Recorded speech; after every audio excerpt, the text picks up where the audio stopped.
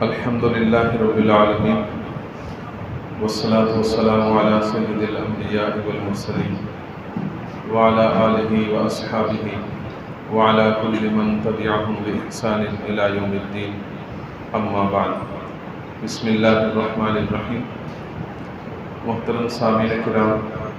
سیرت کورس کا پہلا حصہ عادت عبادت کیسے بنتی ہے،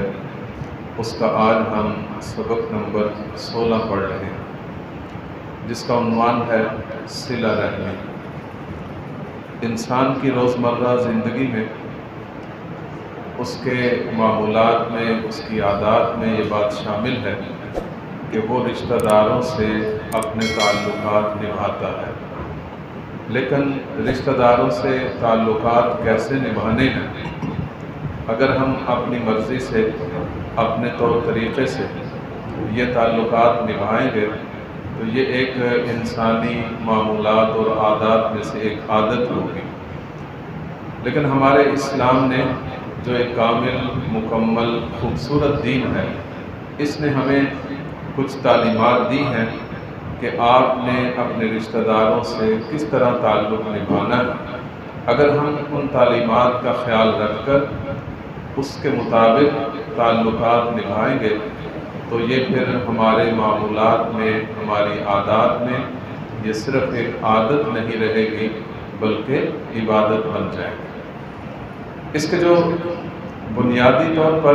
تعلیمات ہیں ان میں سے چند ایک عرض کرتا ہوں۔ پہلی یہ ہے کہ اپنے نسب کو اور اپنے رشتہ داروں کو پہچاننا چاہیے، کیونکہ جب تک آدمی کو اپنے رشتہ داروں کی پہچان ہی نہیں ہوگی تو اس وقت تک اسے ان کے ساتھ صلہ رحمی، ان کے حقوق کی ادائیگی اس کے لیے ممکن نہیں ہوگی۔ یہ بات نبی اکرم صلی اللہ علیہ وسلم نے ارشاد فرمائی، تعلموا من انسابکم ما تصلون بہ ارحامکم۔ ترمذی شریف کی روایت ہے کہ تم اپنے نسب کا علم حاصل کرو کہ میرے نسب نامے میں کون کون لوگ آتے ہیں، تاکہ تم ان کے ساتھ پھر صلہ رحمی کر سکو۔ تو اس لیے رشتہ داروں کو پہچاننا، پھر ان کے ساتھ صلہ رحمی کرنا، یہ بھی سب سے اہم کام ہے۔ اور دوسری بات یہ کہ جتنے بھی آدمی کے رشتہ دار ہیں ان کے ساتھ حسن سلوک کرنے میں سب سے مقدم اسے رکھنا چاہیے جو جتنا قریب کا رشتہ ہے اس کو سب سے مقدم رکھنا، پھر اس کے بعد دوسرے نمبر پر، پھر تیسرے نمبر پر، اس طریقے سے جو رشتہ داروں میں زیادہ قریب ہے انہیں مقدم کرنا اور دوسروں کو مؤخر کرنا۔ یہ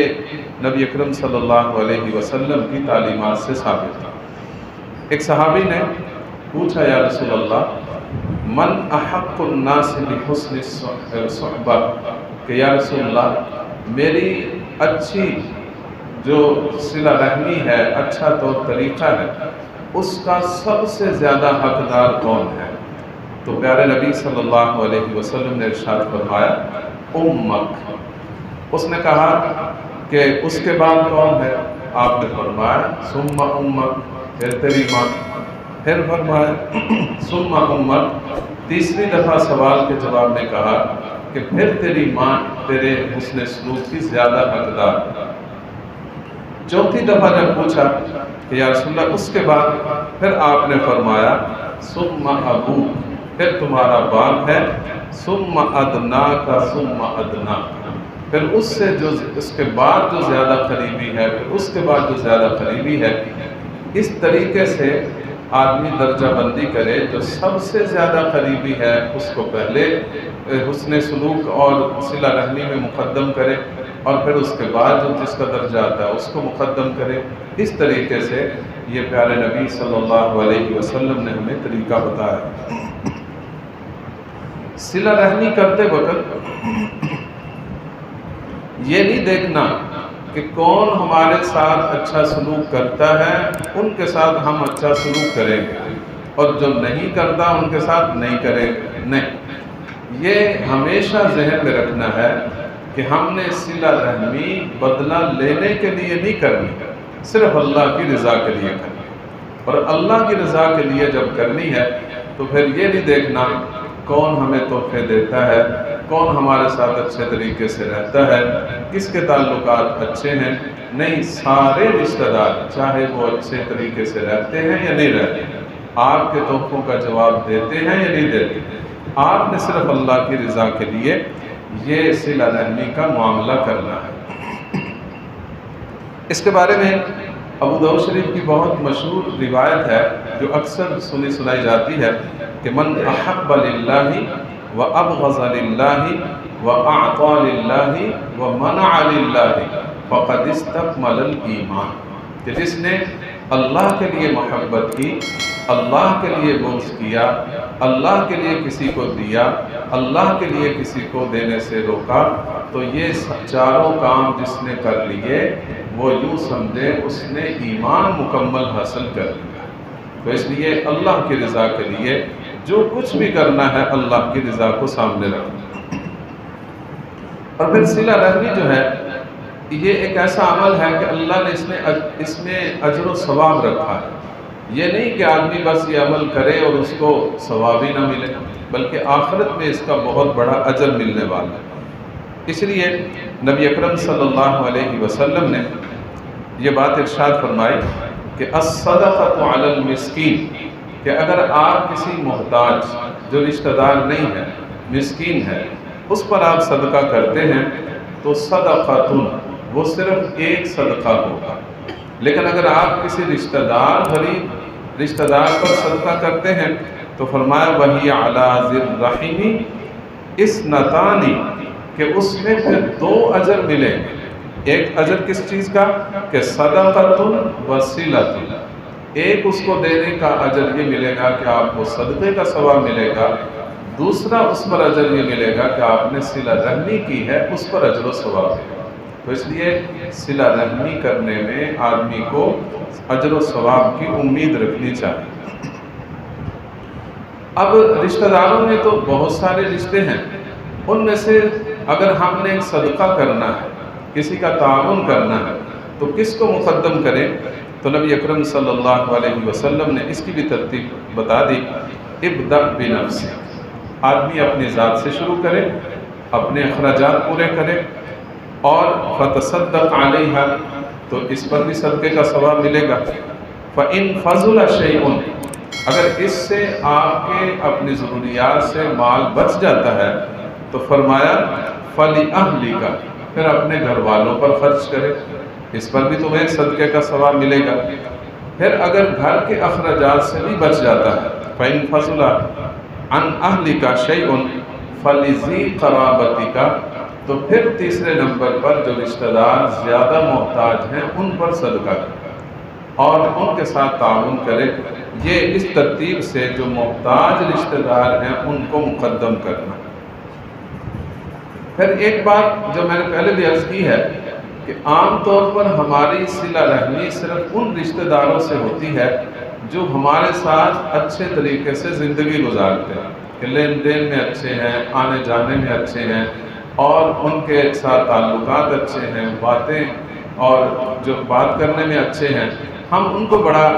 خیال کرتے ہیں کہ ان کو یہ تحفہ دینا ہے، ان کو یہ چیز دینی ہے۔ نہیں، حدیث پاک میں یہ معیار بتایا گیا کہ فرمایا کہ لیس الواصل بالمکافئ، جو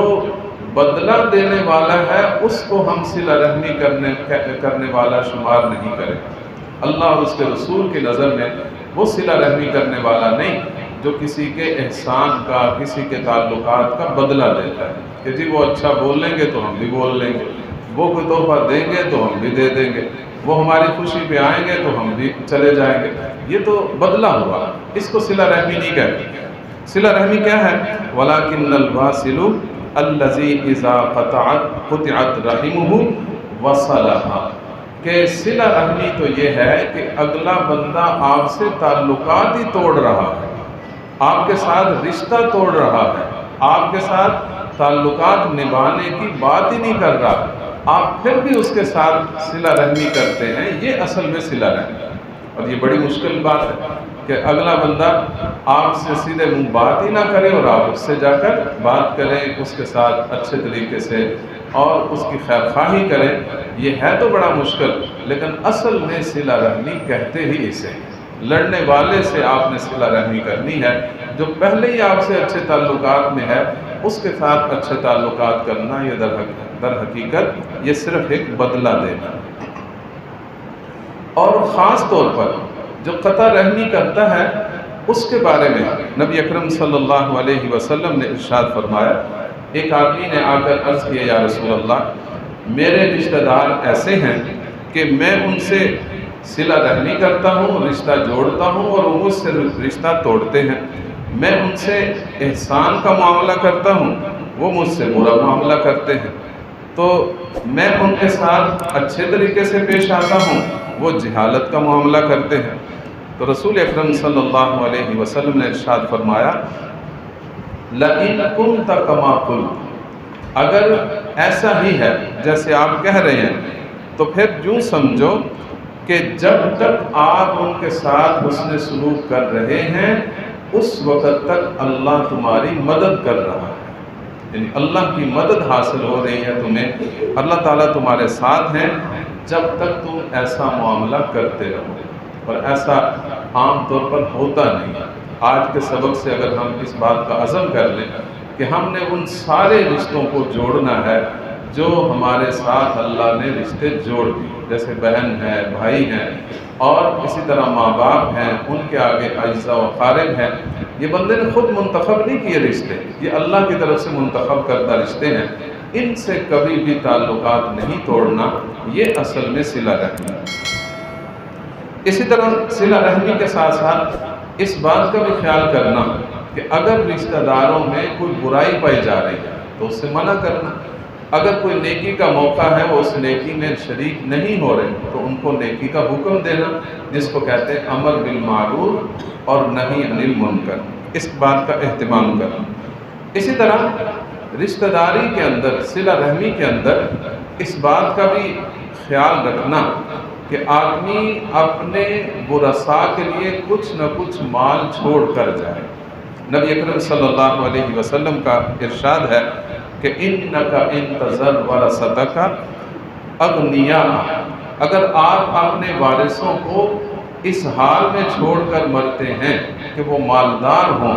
تو یہ اس سے کہیں زیادہ بہتر ہے کہ آپ اپنے رشتہ داروں کو اس حال میں چھوڑ کر جائیں کہ وہ بیچارے مسکین اور محتاج ہوں، لوگوں کے سامنے ہاتھ پھیلا پھیلا کر مانگتے ہوئے۔ تو اس لیے صلہ رحمی میں اس بات کو بھی شامل کیا گیا ہے کہ اپنے پچھلے جو ورثاء ہیں، مثلا اولاد ہے،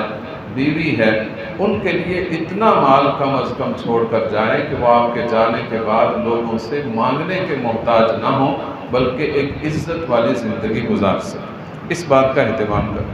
اور اسی طرح مالی تعاون کرنا، یہ بھی رشتہ داروں کے حقوق میں سے ایک حق ہے، ان کے ساتھ صلہ رحمی ہے کہ مثلا اگر آپ نے زکوٰۃ ادا کرنی ہے تو سب سے پہلے اپنے رشتہ داروں میں دیکھیں کون کون محتاج ہے۔ ہر آدمی کو اپنے رشتہ داروں کا بخوبی علم ہوتا ہے کہ کون زیادہ محتاج ہے، زکوٰۃ کا مستحق ہے، سب سے پہلے ان کی ضرورت پوری کریں۔ اگر اس سے زیادہ زکوٰۃ بچ جاتی ہے پھر دیگر جو غیر رشتہ دار ہیں ان کے ساتھ تعاون کریں، اس بات کا اہتمام کرنا۔ اسی طرح صدقہ دینا ہے تو ان کو مقدم کرنا، تحفے تحائف دینے ہیں تو اپنے محتاج جو رشتہ دار ہیں ان کے ساتھ تعاون کرنا، خوشی میں جیسے عید آ گئی ہے اور اسی طرح ان کے ہاں کہیں کوئی شادی ہے، کوئی خوشی کا موقع ہے، تو ظاہر ہے کہ ہر انسان کو ایسے مواقع پر بڑے اخراجات کا سامنا کرنا پڑتا ہے، تو ان کے ساتھ تعاون کرنا یہ بھی رشتہ داری کو جوڑنے کے اندر شامل ہے۔ اسی طرح اگر کوئی رشتہ دار بیمار ہو گیا تو اس کی عیادت کرنا، اور اس کو کوئی تکلیف پہنچی ہے اس کے لیے دعا کرنا، اور اسی طرح اس کا مالی تعاون کرنا، یہ بھی اس رشتہ داری کو جوڑنے میں شامل ہے۔ اسی طرح خیر خواہی ہمیشہ مقدم رکھنی چاہیے، کبھی بھی اپنا مفاد سامنے نہیں ہونا چاہیے کہ میں جا رہا ہوں تو میرا کیا فائدہ ہو، نہیں، اس نیت سے جانا ہے کہ میرے جانے سے ان کا کیا کیا فائدہ ہو سکتا ہے، تو ان کے فائدے کو مقدم رکھنا یہ بھی صلہ رحمی میں شامل ہے۔ اسی طرح بعض اوقات اختلافات بھی ہو جاتے ہیں، کبھی خاندانی کسی بات پر اختلاف ہو جاتا ہے، اس میں صبر سے تحمل سے کام لینا، کسی کی دل آزاری نہ کرنا۔ بعض اوقات مذہبی طور پر اختلاف ہو جاتا ہے تو اس میں بھی صبر و تحمل سے کام لینا، اچھے طریقے سے نصیحت کرنا کہ یہ کام شریعت میں جائز ہے، یہ ناجائز ہے، ان کو اچھے طریقے سے سمجھا دینا، راہ حق کی طرف لانے کی کوشش کرنا، اختلافات کو لڑائی تک نہ پہنچانا، قطع تعلقی تک نہ پہنچانا، بلکہ اچھے طریقے سے اختلافات کو ختم کرنا۔ ان ساری باتوں کو اگر ہم شریعت کا حکم سمجھ کر عمل میں لائیں گے تو ہمارے یہ تعلقات نبھانے میں یہ پھر ایک عادت نہیں رہے گی، عبادت بن جائے گی۔ اللہ تعالیٰ ہم سب کو عمل کی توفیق عطا فرمائے۔